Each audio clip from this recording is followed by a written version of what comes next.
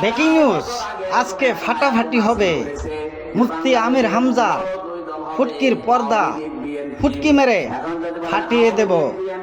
মুফতি আমির হামজা বলেছেন, ইসলামে নাকি কোরআনে নাকি লেখা আছে আওয়ামী লীগের এবং বিএনপির নাম। যে আলেমরা কোরআনকে ব্যঙ্গ করে, ইসলামকে বিক্রি করে, তাদের ফুটকির পর্দা আমি ফুটকি মেরে ফাটিয়ে দেব।